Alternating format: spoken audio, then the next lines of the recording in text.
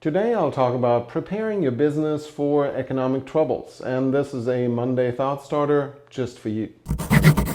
The economy has clearly taken a hit in the last couple of months, and while it most certainly will bounce back, in the meantime, the way we do business needs to change in order to come out okay and stay in business. One major difference we will see in the coming months is that mediocrity will be less tolerable than it used to be.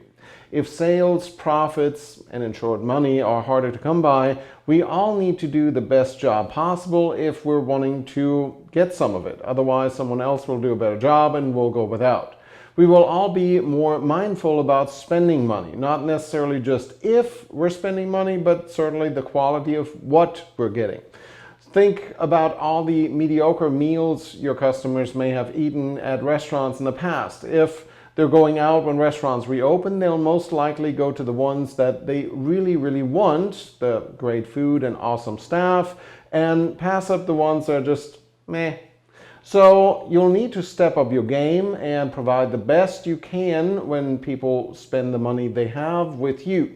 If you have employees, you should try to bring back the A players first, because if you have to spend money on payroll, it better be worth it. Again, getting the best you can for the money.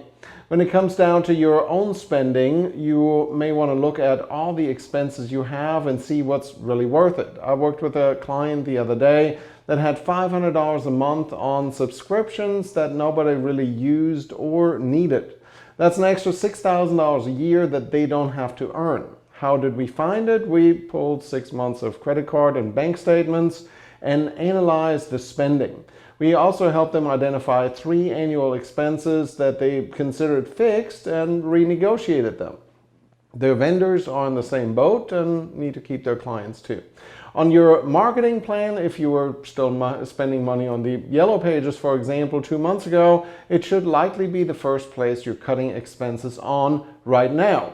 If you haven't caught on to it yet, or you're new to these videos, Yellow Page advertising is a huge waste of money that simultaneously pollutes the environment, since 650,000 tons of phone books a year go straight to the trash.